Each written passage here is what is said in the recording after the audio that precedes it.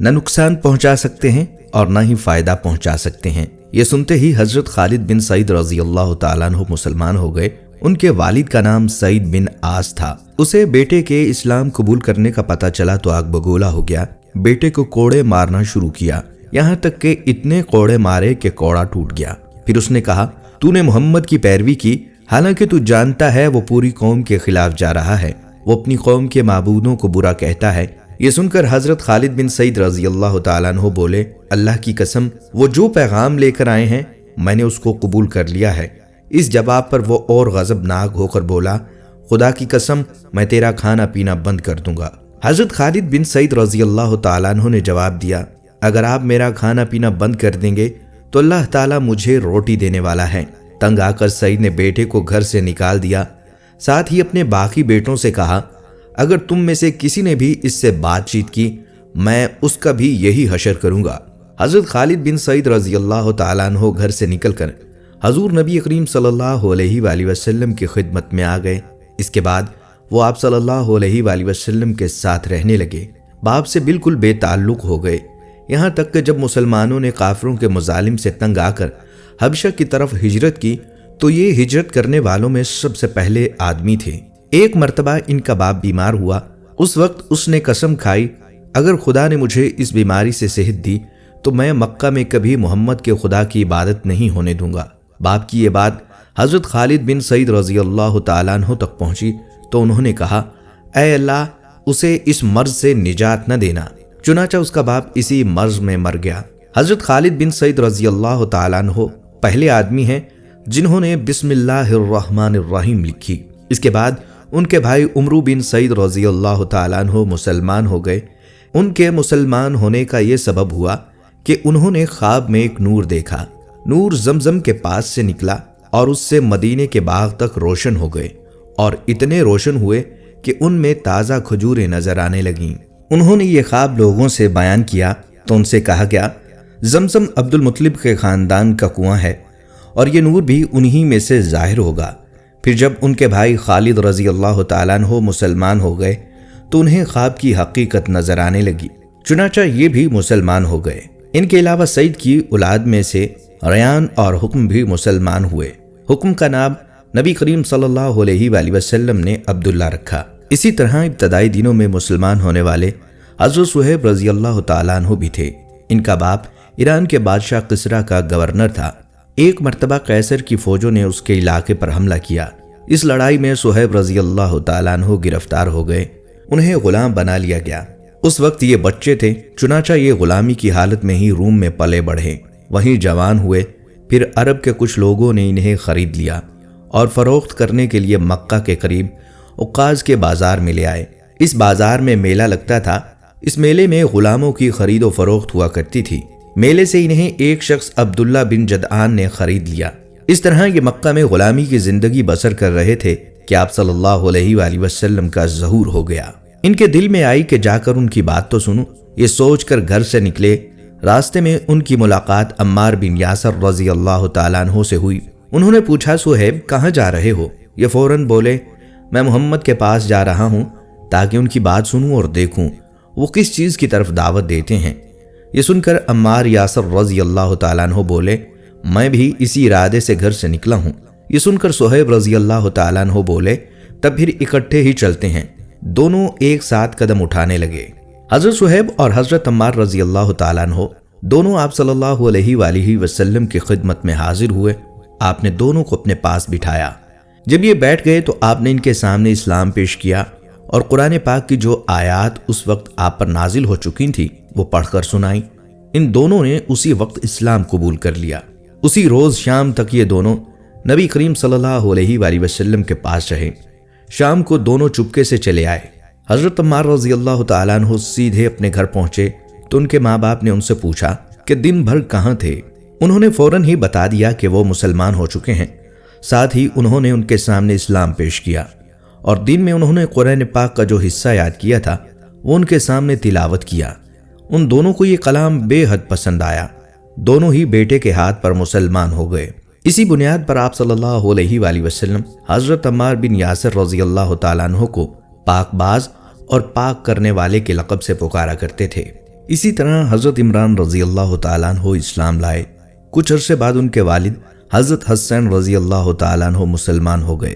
ان کے اسلام لانے کی تفصیل یوں ہے۔ ایک مرتبہ قریش کے لوگ نبی صلی اللہ علیہ وآلہ وسلم سے ملاقات کرنے کے لیے آئے۔ ان میں حضرت حسین رضی اللہ تعالیٰ عنہ بھی تھے۔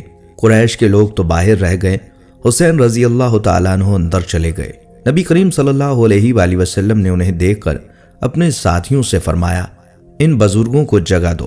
جب یہ بیٹھ گئے تب حضرت حسین رضی اللہ تعالیٰ عنہ نے کہا، یہ آپ کے بارے میں ہمیں کیسی باتیں معلوم ہو رہی ہیں، آپ ہمارے معبودوں کو برا کہتے ہیں۔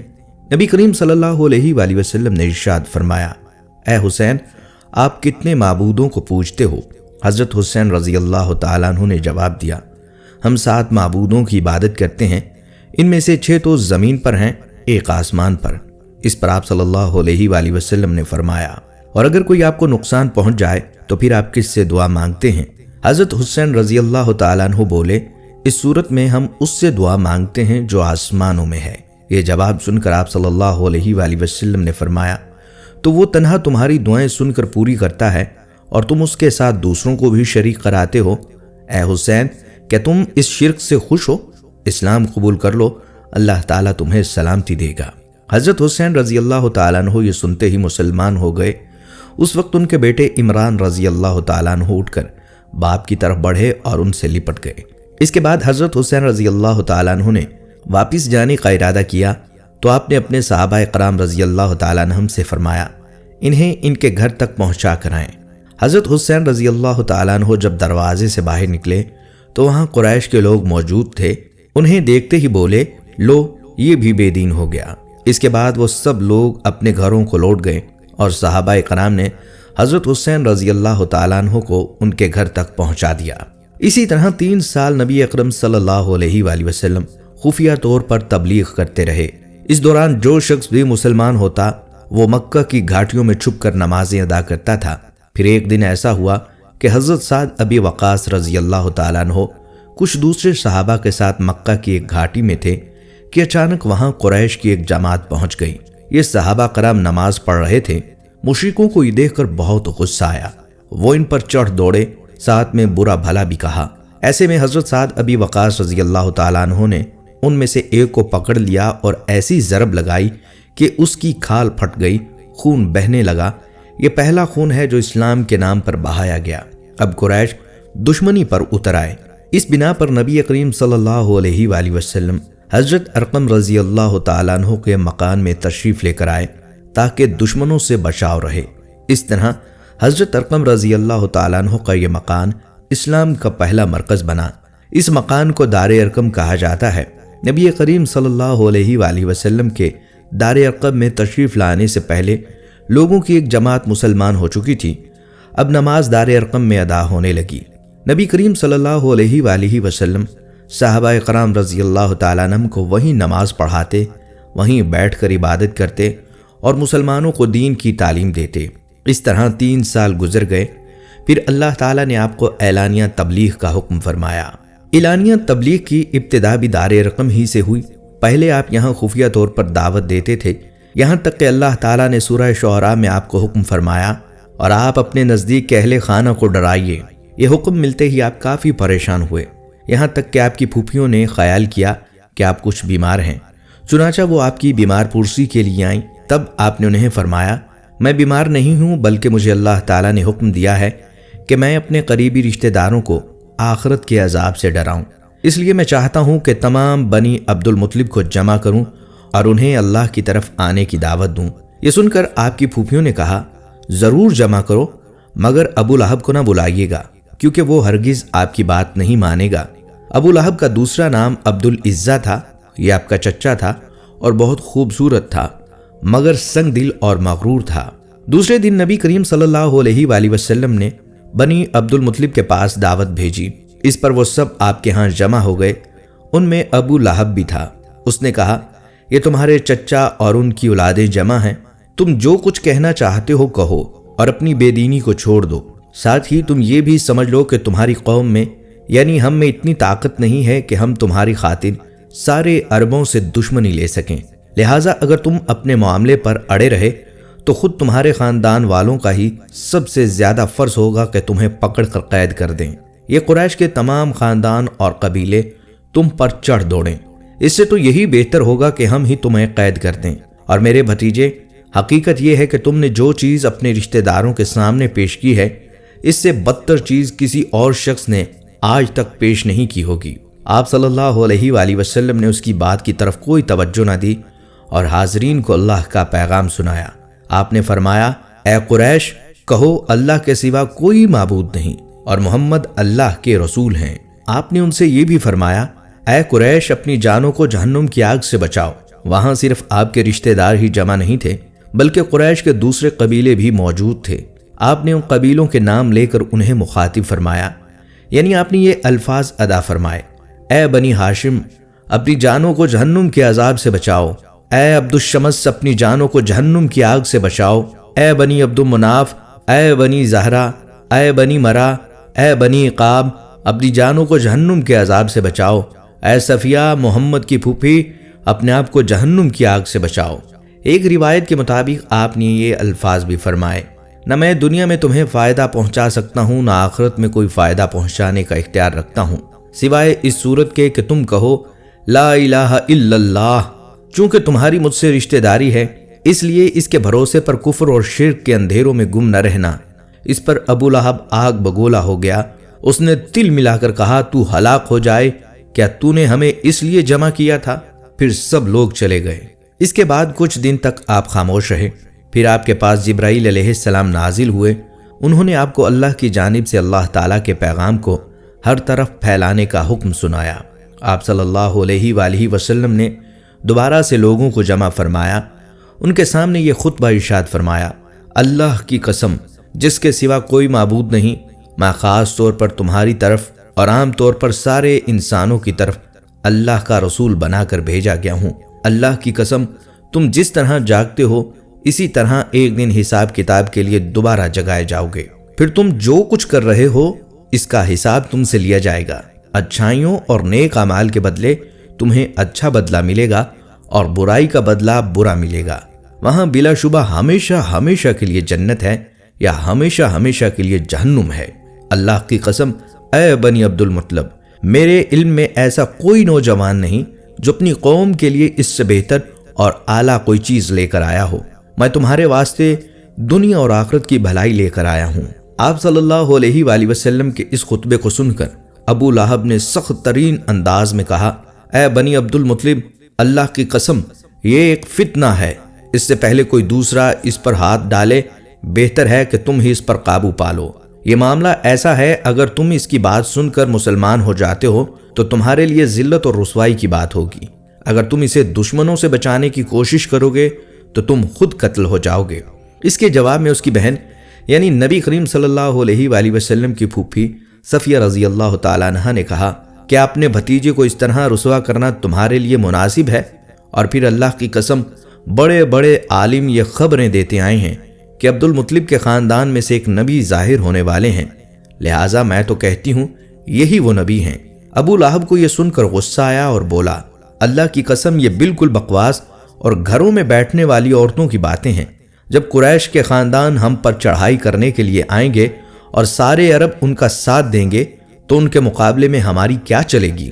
خدا کی قسم، ان کے لیے تو ہم ایک ترنولے کی حیثیت ہوں گے۔ اس پر ابو طالب بول اٹھے، اللہ کی قسم جب تک ہماری جان میں جان ہے ہم ان کی حفاظت کریں گے۔ اب نبی کریم صلی اللہ علیہ وآلہ وسلم صفا پہاڑی پر چڑھ گئے اور تمام قریش کو اسلام کی دعوت دی۔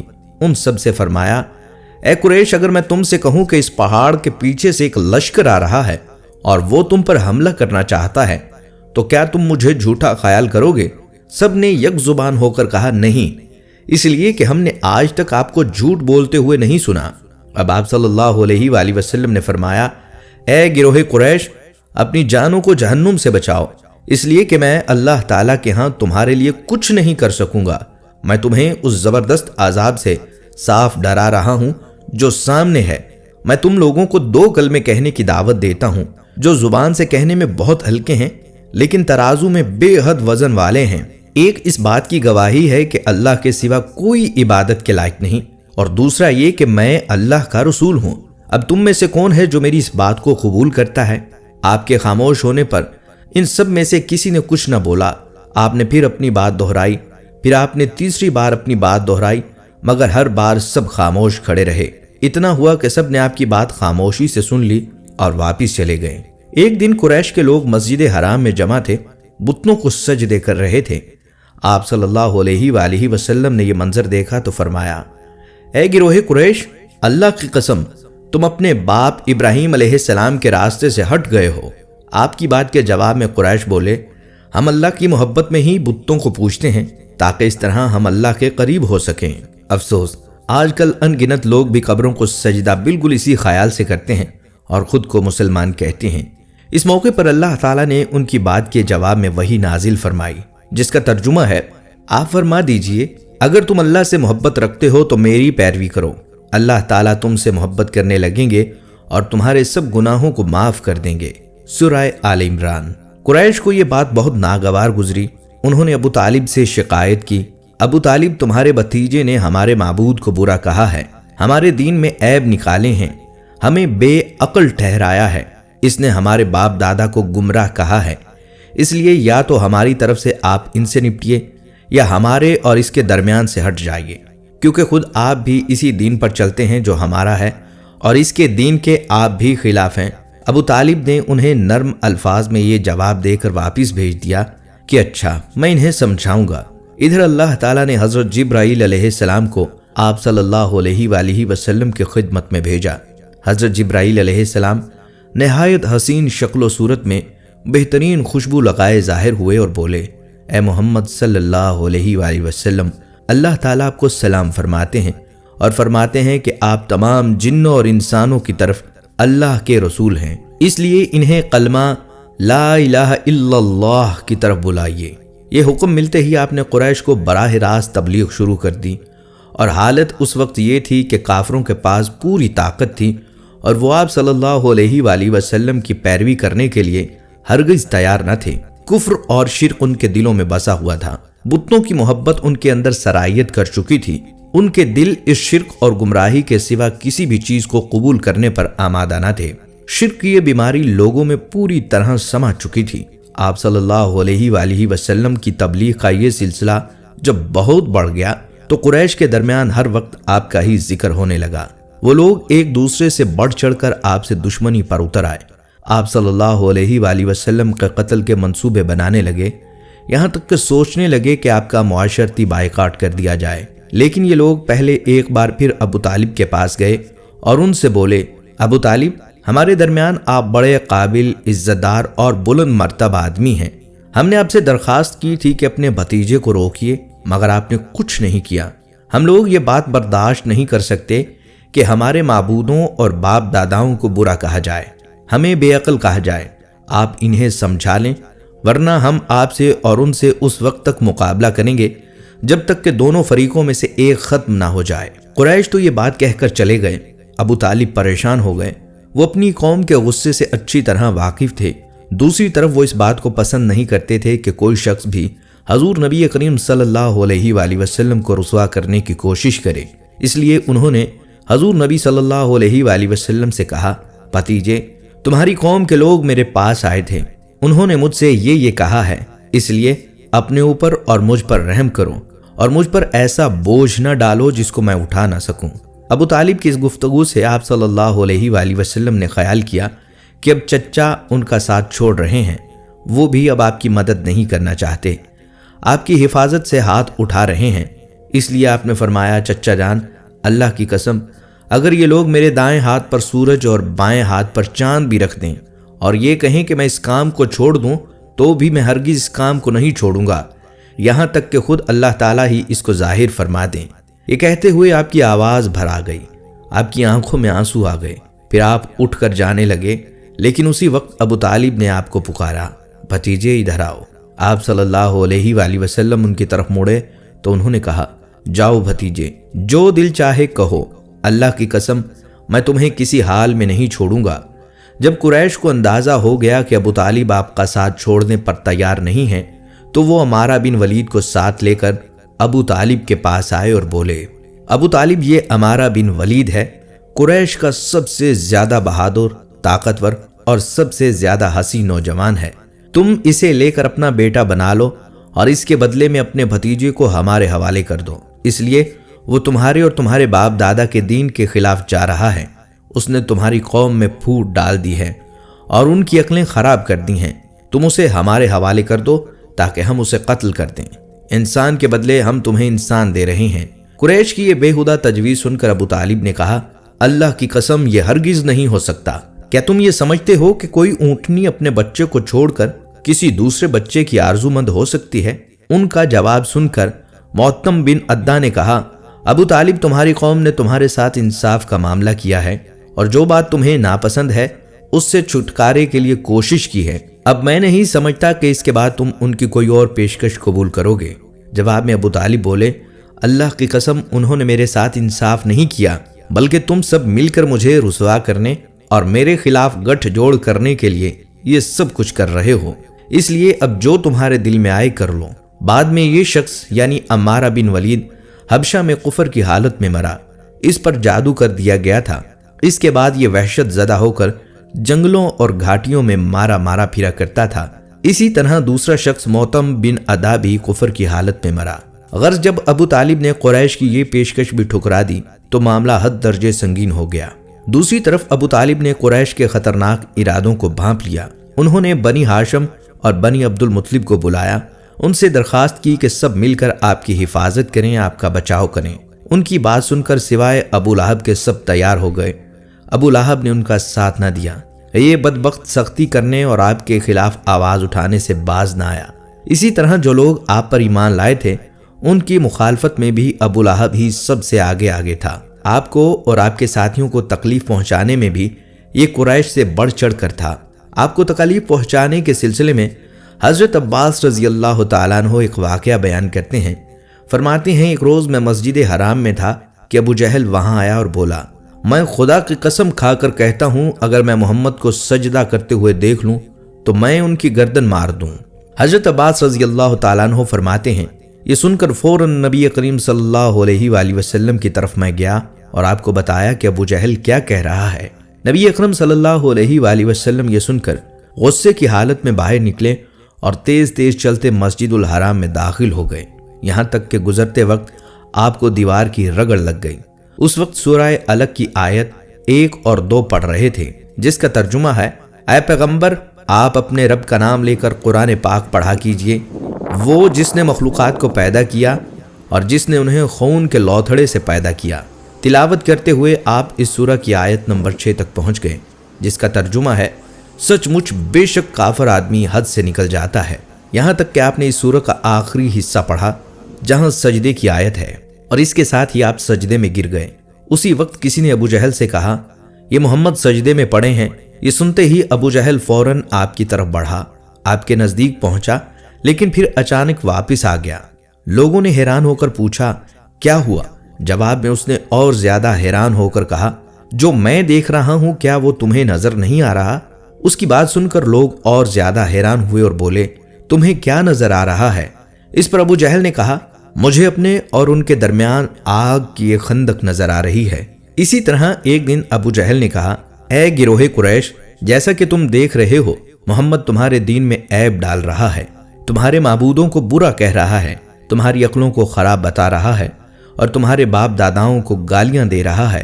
اس لیے میں خدا کے سامنے عہد کرتا ہوں کہ کل میں محمد کے لیے اتنا بڑا پتھر لے کر بیٹھوں گا جس کا وہ بوجھ برداشت نہیں کر سکیں گے۔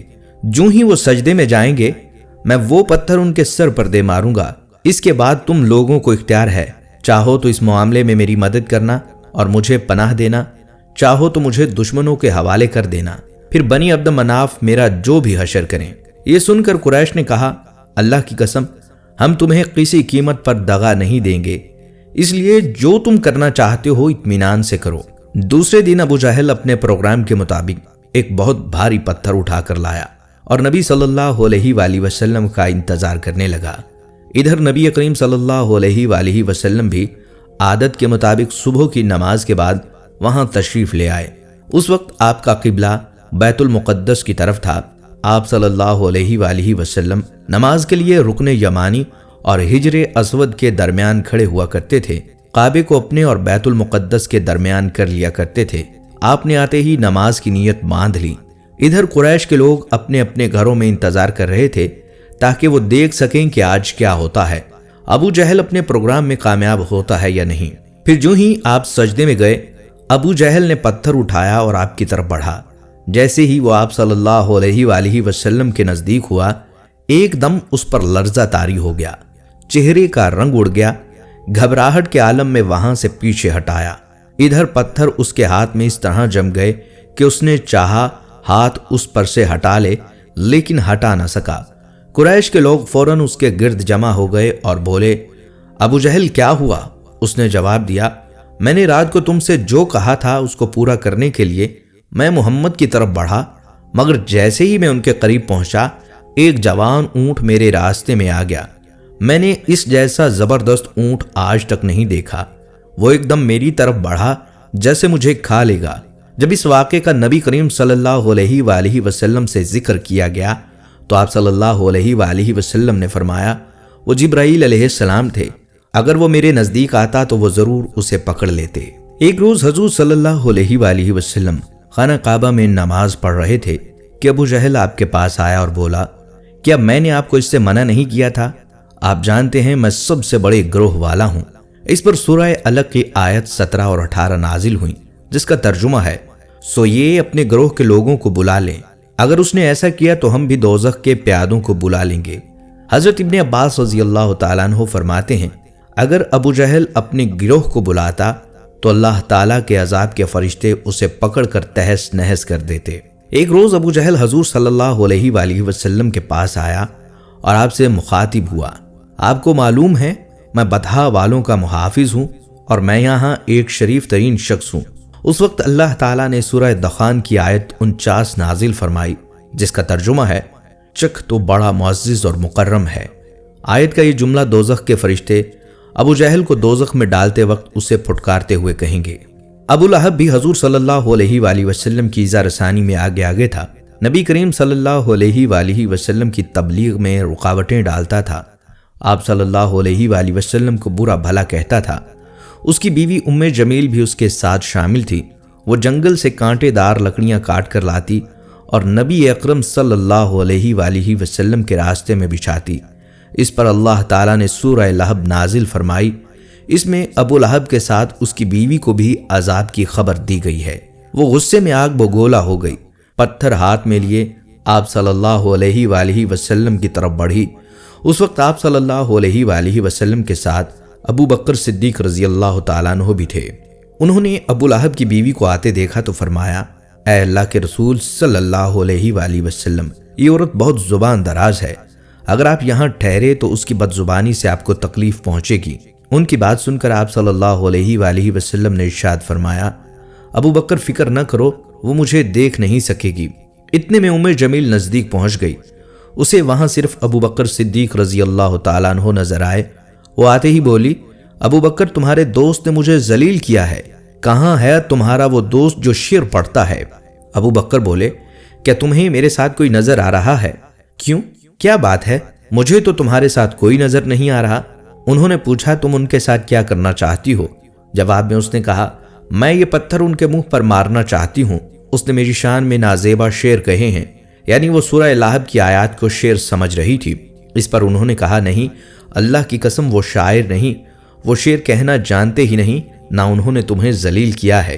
یہ سن کر وہ واپس لوٹ گئی۔ بعد میں ابو بکر صدیق رضی اللہ تعالیٰ عنہ نے آپ صلی اللہ علیہ وآلہ وسلم سے پوچھا، اے اللہ کے رسول صلی اللہ علیہ وآلہ وسلم، وہ آپ کو کیوں نہ دیکھ سکی؟ آپ نے ارشاد فرمایا، ایک فرشتے نے مجھے اپنے پروں میں چھپا لیا تھا۔ ایک روایت کے مطابق آپ نے یہ جواب ارشاد فرمایا تھا، میرے اور اس کے درمیان ایک آڑ پیدا کر دی گئی تھی۔ ابو لہب کے ایک بیٹے کا نام عتبہ تھا اور دوسرے کا نام عتیبہ تھا۔ اعلان نبوت سے پہلے آپ صلی اللہ علیہ وآلہ وسلم نے اپنی دونوں بیٹیوں حضرت رقیہ اور حضرت ام کلثوم رضی اللہ تعالیٰ عنہ کا نکاح ابو لہب کے دونوں بیٹوں سے کر دیا تھا۔ یہ صرف نکاح ہوا تھا، ابھی رخصتی نہیں ہوئی تھی۔ اسلام کا آغاز ہوا اور سورہ لہب نازل ہوئی تو ابو لہب نے غصے میں آ کر بیٹوں سے کہا، اگر تم محمد کی بیٹیوں کو طلاق نہیں دو گے